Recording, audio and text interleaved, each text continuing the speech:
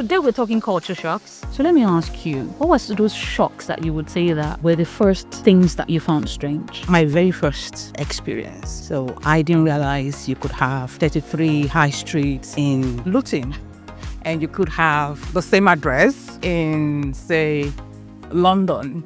And when I got off the plane and I took a ride, so I did not put the postcode, and the driver took me straight to another location. And when we got there, I was looking for the house number, and we could not find it. I had to call my friend, and she was like, where are you? The address you gave me. And no, I know, but did you use the box? Where are you? Asked the driver, asked the guy. He said, we're in Luton. I was like, oh no, you're like 1 hour away. Oh God. I took it in stride, of course. I had to take another one. That was my very first experience.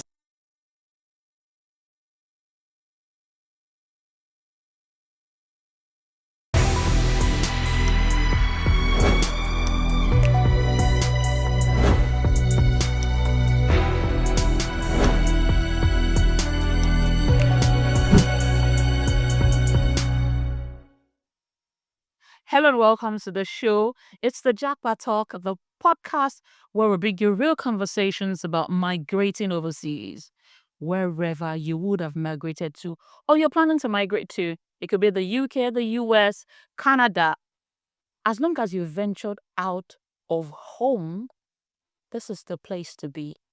And on today's episode, I'm not doing it alone. I've got with me. My name is Jelilat. Today we're talking culture shocks. You know, the shocks that kind of like stop you, like give you like a stagger, like here?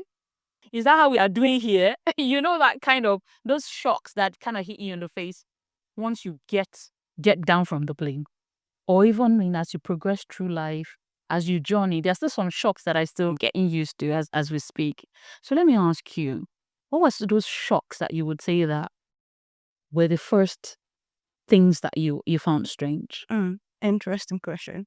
So let me give you my very first experience. So I didn't realize you could have 33 high streets in Luton and you could have the same address in, say, London. And when I got off the plane and I took a ride from Heathrow Airport, I just, just it. You did not I did not put the postcode, and the driver took me straight to another location. And when we got there, I was looking for the house number, and we could not find it. We're going run from. The guy was so generous and was so patient and so kind to me. I had to call my friend, and she was like, where are you? And I was like, the address you gave me. And no, I know, but Did you use the box? where are you? Asked the driver, asked the guy. He said, we're in Luton. I was like, oh no. That's not going to Luton. You're not supposed to be there. You're like 1 hour away. Oh shit. Oh God. I took it in stride, of course. I had to take another one. That was my very first experience. I know, right? Right. Because you need to use the postcode. You always need to use the postcode. You could have the same address, like 43 West Road. And it could appear in all the cities. England. It will tell you, it will still put England. If you do not put your postcode, you're in trouble. Yeah. So don't be like me. That's true. Put your postcode. That's true. And I think another, I wouldn't necessarily say this are shocks to me, because I've learned of them. I've read about them, and I've been in the UK before, for a month, but it wasn't really Like going living there. So I'd experienced few of them, and I think and at the time I didn't have to eat Nigerian food. I didn't have to look for African food. I didn't have to I was just, just taking in the culture, everything. But now, the fact that you have to go look for an African store to get African stuffs, it's I think It's what that it's stays with you. Yeah. That stays with you forever, and it's never leaving you. Because back home, once you enter a market, all the fundamental things that you need are There's usually everything. there. But then you go into a store and like it's an Asian store. Oh yeah. You're like, okay. Okay.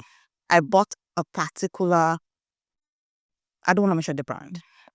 And I got home before I realized it's not the same. Oh. We have the same brand in Nigeria, and I was just so glad to see it. Then I bought it. Then I got home, opened it. It would taste different. Would I be like, what did I buy? Then I had to call someone and he said, "Oh, sorry, that's for Indians." Yeah. You know something as simple as even bay leaf. You know bay leaf, the one you used to cook jollof rice. Doesn't taste the same. As in, you'd be like, no. This bay leaf. There's something. You know that there's a way that our bay leaf just gives. You will give you will like, why is this bay leaf? Why is this bay leaf not baying? He's not baying my It's not baying my rice. Let me tell you about some of the culture shocks that I had when I just came. I think for me it was first coming out of class one day. And it was absolutely dark. And I thought that around what time? I thought my class was supposed to be from, I think it was 9 to 3:30 or something.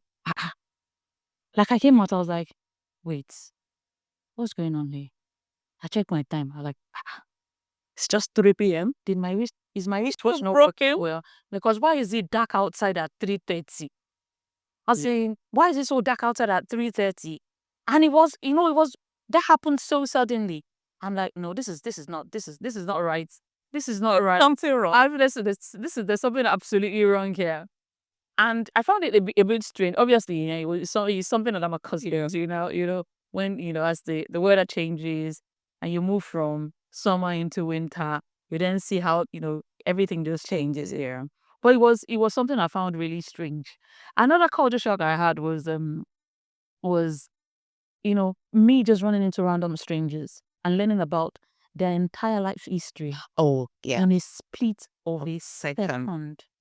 In a split of a second. It doesn't matter where. It doesn't matter. At the park, you're on a queue, you're on a bus. This one I came out of my office and I wanted to get into a bus, and I was waiting at the bus and I met this absolutely wonderful old lady.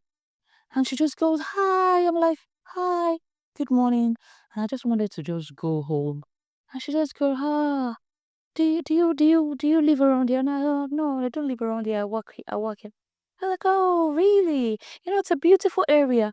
And next thing, I'd learned about the number of divorces she's had, the number of kids she's had, I'm like, I don't know. You would just be shaking your head. Why are you telling me all your... Why do I know your secrets? Why do I have to know all this? Like, I'm just a random stranger. Do you even know my name? No. Imagine. You can't even have that back at home. Because you're like, you have to keep everything close to hand. A secret. Like, everything is a secret. Like, why do I know the sickness you are suffering from? Why do I know this? Why do I know how many husbands you've married? And people go, "Oh, I'm going on vacation to Paris." How could you say that back at home? Because she wouldn't even review your habit. Do you know how bad it is? There was one of my colleagues, she was pregnant, and somebody just asked her, "Oh, how many months is it?" And I'm like, "Gosh, why do you need to know that?" I won't even... You know how you wouldn't even... I know your pregnancy like a secret. It kind of like revokes back my mind. I'm like, when I was pregnant, and my mom must have warned me. Magic anybody more. Magic anybody more. I'm like, why do you need to know that? You need to know how many more, how far gone she is. Yeah. Like, on that part. I mean, I didn't look at my colleague. I'm like, it's amazing, yeah. It's amazing. Here we are.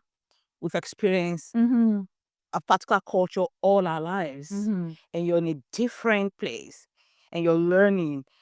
And it does not invalidate yours. Your identity. You just have to like take everything in stride and mix it. pick the one you can pick and mix find a good balance, because don't forget the fact that as you mix, you are also trying to pass down an identity to your child, to your children, that you are beginning to grow in this new place. And it's important that you are giving them a proper blend. Of course. Do you get, as in such that they are not living out you cannot be rigid with that. Yeah. You have to be flexible. Yeah. You have to accept the facts of where you are now and where they would be for a really long time. Because the life you had, they're probably not going to have it. No. And that's something you need to keep in yourself, because you need to always acknowledge that fact, accept it, and blend it. Be flexible with it. Yeah. Another thing that I think I found quite interesting is, I'll give an instance, but I think I saw that first when I was here in 2018. At workplace, you could be having this lovely heart-to-heart chat with your colleague just before you step out of the door, like at the end of the work day, and you're out. You don't know each other. Of course. You're just working buddies. Yeah. You're just there's nothing like, let's gist to this, let's gist all the way to the, like Talumo Yeri.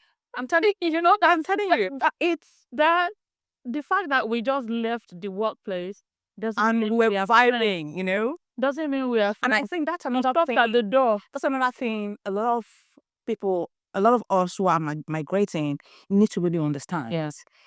And I think I've learned this for a while now. When you're at the workplace, your colleagues are not your friends. Yeah. Be good to them, of course. Be the best you can be. Be nice. But no, there has to be that line. Yes, there has to be a difference between you being colleagues and being friends. Yeah. Some colleagues would actually move over that line. Where you would know that, now this colleague is now my friend. But not everyone. Not everyone of his your friend. Yeah. And not everyone is auntie and uncle. Of course. I have to call up my friend. Of course. She was on the phone with me, and she was saying, "Oh yeah, so I told her, madam, I could not take it. Then after the call, I called her. Why are you calling her madam? Why are you calling her auntie?" And she said she had actually rejected that.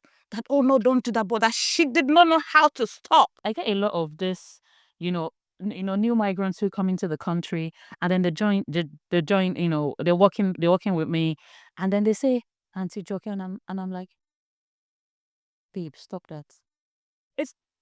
Babe, stop that.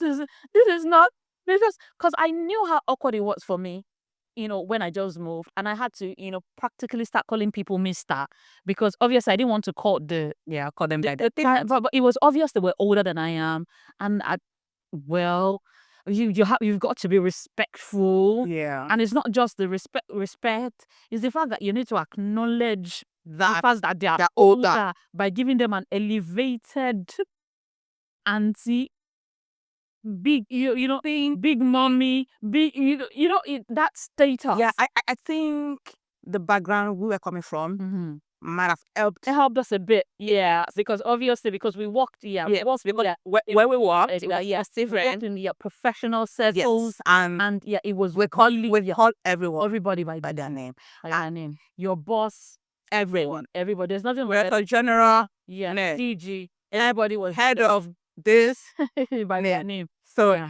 it was. I become accustomed to it. When I resumed school, my professor and a couple of other guys, I knew it wasn't a sign of disrespect calling him by his name. By name, yeah. He understood it. But a couple of other people that came newly, or that didn't probably have that same experience, they would have to call me, Jelilat, why are you calling him? Even though he said we should call him by his name. You can't. I could not explain it to them. It was winter. I did not have the energy in me to explain. I was cranky. I'll tell you something a bit funny about that story. It's about my son has a lot of friends who are white. Yeah. And he sometimes goes to spend sleepovers for them, and then they will come home to me and be like, oh, you know what? So person's mom, said I should call her by name. I'll be like, if you try it, call her Miss, Madam, or I said, if you try it, I said, because if your friends come here and they call me by my name, I'm going to walk up. I will walk them out of my African mother. The African mother in you will not. Will just doesn't. I know. I said, myself, it goes like, how would they even know your name? Because I don't call you by your name in the first place. So like, I never know your name. I'm like, it's better like that, though. It's not know my name. I think for them, it's a sign of endearment. Yeah. Like, Yeah, they feel like it gets you, it bridges that, yes, it breaks that wall. That wall. Yeah. So Yeah, that's what it does. and that's why you wouldn't necessarily say they are being disrespectful when they do that to You you. need to understand it for what it is. Yeah. Yeah. Their own way of life. So Which is good. I'm sure we all have like a truckload of culture shocks. Some of them written down maybe, and we would like for you to share them with us. Go on our Instagram page, X, Facebook at the Japa Talks, and subscribe to our YouTube page at the Japa Talks, and let us learn from one another. What were the things you found really strange when you were trying to settle? So we let new people who are still planning to migrate learn these things way beforehand. This is the time to share. Go on our social media pages and share with us. Let's learn from each other in this community.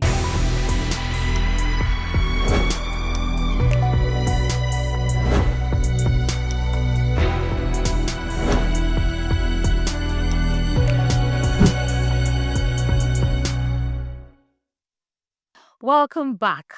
This is the Japa Talks, and of course, on this episode, we are talking culture shocks. We basically just browsed a few of the things that we found strange when we landed into the UK. And I know that, some of these things, it takes a bit of, getting used to. Do you ever get used to saying, because of this one, I know that I will never get used to it, is saying sorry? Oh, well. I wouldn't say getting used to or getting rid of, but I'll say it's for me it's a constant learning. Yeah. So because we say sorry a lot. Every time I'm done saying this and somebody says, but you didn't do anything. Yeah. I'm like, I didn't say it because I did something. I'm just saying it because I'm saying sorry. Like, Pele is really what I want. But sometimes what I realize is it makes you look weak. Yeah, I completely agree with you on that. So and that's what I've learned before even coming to the UK. I've learned to stop saying sorry when I've not done anything wrong. Yeah. And even when I've done something wrong, I try to avoid the word sorry. Sorry, yeah, because that's you being taking responsibility for Accepting something that may not even be your fault. Yes. So instead, I have a few other words. I do apologize, but I'll look into it. Yeah. The things that I say. Yeah. But in the context, Because when you say sorry, particularly in a work setting, setting, you are then saying that thing you said sorry for, you are to blame for it. Yeah. You're the one who is responsible for it. Exactly. And believe me, it can be very costly. It is. No gainsaying. Yes. It can't keep saying sorry. Someone say, what's our KPI for the month, and we're not performing so well, and your first go to work is sorry. I'm really sorry. I'm really sorry. What are you sorry yourself? What are you sorry? And that's one thing. I would say would help you a long way. Yeah. It will go a long way in shaping whatever you become. Yeah. It is very important. Stop saying sorry. And I think for navigating, culture shocks, I would say one of the best ways that you can navigate it is stay curious. Yeah. But don't be critical.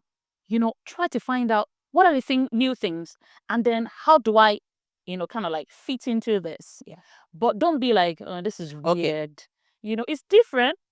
Yeah. Not necessarily weird. Different does not mean bad. Yeah, exactly. And different doesn't mean bad. It doesn't mean weird. It doesn't mean weird. It's just different. It's just something you're not used to that you could get used to over time. It's something you have to look at. Yeah, explore it as it and see what you can pick from it. And maybe another thing will be go out and mingle. Yeah. Do not stay within your box. Yeah, exactly. That cocoon. Build a community outside of your culture. It is good, yeah. We all like comfort zone. We like it. And it's hard. I'm also on that table. Yeah. But I'm trying, because you cannot say you are in a different community. You want to learn about their culture and you're staying locked up in your home. You only go out with your friend from home. Yeah. You want to learn, Expand your education. you need to expand your horizon. Yeah. Go out, mingle, go to yoga, take a walk. Exactly. Rumba dance. As in, go for local community programs. And they're everywhere. Go on your local council's newsletter. Every month, you would find local events, local activity. In fact, you attend and you can mingle, Introduce yourself, communicate, but just have a boundary. That's it. That's it. Find community and ask questions. Yeah. If you feel like you find it something a bit strange, ask. Why is this thing like this? Why do you not feel like, as in, sometimes Because they have the same question. I tell people, maybe like you, when I feel like you're telling me too much, I'm like, oh, TMI. I'm like, what's TMI? I'm like, it's too much information. I don't feel like the information is too much. They're like, why do you feel like? I'm like, because maybe if you ask me, I will be creative about it, and you may not want to. You may not find that really nice. Yeah. Do you guys? Because I like there's some people that don't think you should know. So maybe you shouldn't tell me so that he doesn't feel. But lopsided. They don't mind. And you are not feeling bad for them for telling you because you know that they don't mind. And it's not like you're going to do something bad about it, course. So, but I think it's the way we were wired. Yeah. Or the way we've been wired and taught and brought up. But everything has to be a secret. I'm not going there in Jesus' name. I'm not. Let me tell you, there's one. I had a boss that, when he calls me and he's like, I'm on my way. Like, does it not sound like you're in the bathroom? I'm like, yeah, I'm in the bathroom at home, man, but I'm on my way. Like, you're not on your way. You're still in your house. I'm like, oh, sorry. When I say I'm on my way, it means that I'm planning to go out. You need to understand. I mean, just have woken up, have a go to bed. I'm not even taking my bus. I'm not even taking the bus. But on my way. I'm just glad that we get to do this. We got to learn from different continents. That's it. Another thing I've obviously learned, which is obviously a good blend, because I'm like, usually punctuality isn't our thing. Oh yeah. When you say, I'll be there. I'll be there at 9. Just give it till like 11. Yeah, just work. I don't like the idea of African time. I don't like it. I don't like the idea of African time. And when we are running late, instead of coming out straight to say I'm running late, we tell you, oh, my bike just broke down. Oh, there's a traffic on the terminal line. Something was about. And you're just You would excuse it, to be honest. and you're just gone. Mm-hmm. But here you have that chance. Even if you're running late, but for any reason, you have to let them know, and you're not lying. Yeah. Right? Yeah. I was held at the red lights on Tuesday on the train for like 30 minutes. And you have to tell them, I'm sorry, I'm gonna That's not gonna be late because this is happening. It's just a message from my line manager. Oh, I'm gonna be late. This is why. Oh yeah, sure. Yeah, that's fine. That's understandable. But I'm on Terminal Bridge because there's always gridlock on Terminal Bridge. And maybe that day is the day that there will be no gridlock. The day will now this you Google Map. But there's no gridlock. There's no traffic here. Obalende traffic. Oh man, yeah. And I think it's such a privilege to have such a mix, to be able to experience these two cultures, both sides of two, the world. two beautiful cultures to be precise, as in and be able to blend it in a way that gives you this wholesome feeling. Yeah, I'm eating jacket potato now. I even came before you. I've not even blended it. Oh yeah, I am. You see, such is life. Yeah, so such is life. I'm still the one that is traveling traveling. You need to take your I'm traveling- advice. When I travel with Nigerian bread. Well, you need to Make you need to take your made in UK Nigerian bread. well. You can't fault that. I'm sorry, but I cannot eat the bread here. It's so bland. I could go for either the bread or a Gege bread or Abuja bread. I can't help it. But that's something that we certainly can change. Yeah, obviously. And can pick and can blend. You can assimilate. So And as much as maybe you should try the jacket potato. It's really nice. I've tried it, believe me. Oh goodness. I mean, I think it. I kind of feel like you guys, it's a bit overrated. It is. Then I tried it. My son tried it too, and he absolutely loves it. Okay. So yeah, as long as you, I'll stick with my yam and egg at every point. You have to take your advice. Take your own advice. Every point. You see that food you want. You're not ready. You will take. Well, I believe in you. I believe in you. It will take. So take. It will take prayer, fasting, and the host of everything to bring me, to switch me over. Well, if that is what it will take, we will invest. I'll invest into that, because, but it's really interesting. Yeah, it's interesting, and it's a privilege that you said. It's a huge privilege to be able to experience cultures. Yeah. Every time I travel and I'm experiencing a new culture, I'm like, what can I take away from here? Yeah. I mean, there are always what can I learn from here? Yeah. And I think that's the attitude we should always go in with. Everyone. What can you learn? Even in the most advanced situation, there's always that learning curve. Yeah, always takeaways you have to pick. Absolutely. You only need to be ready and open-minded about it. So stay open-minded, learn, blend, and be prepared to come out with a wholesome experience at all times. So whether it's getting used to the accent, or you're still saying sorry, or you're in the middle of a culture shock at the minute, take a deep breath. It's a learning curve, and we are all learning together. So don't forget, share your experiences with us on our social media pages on X, Instagram, and Facebook at the Japa Talks, and subscribe to our YouTube page at the Japa Talks. We'd like to learn from you also as we build this community together. Until we come your way again, it's the Japa Talks. Bye for now.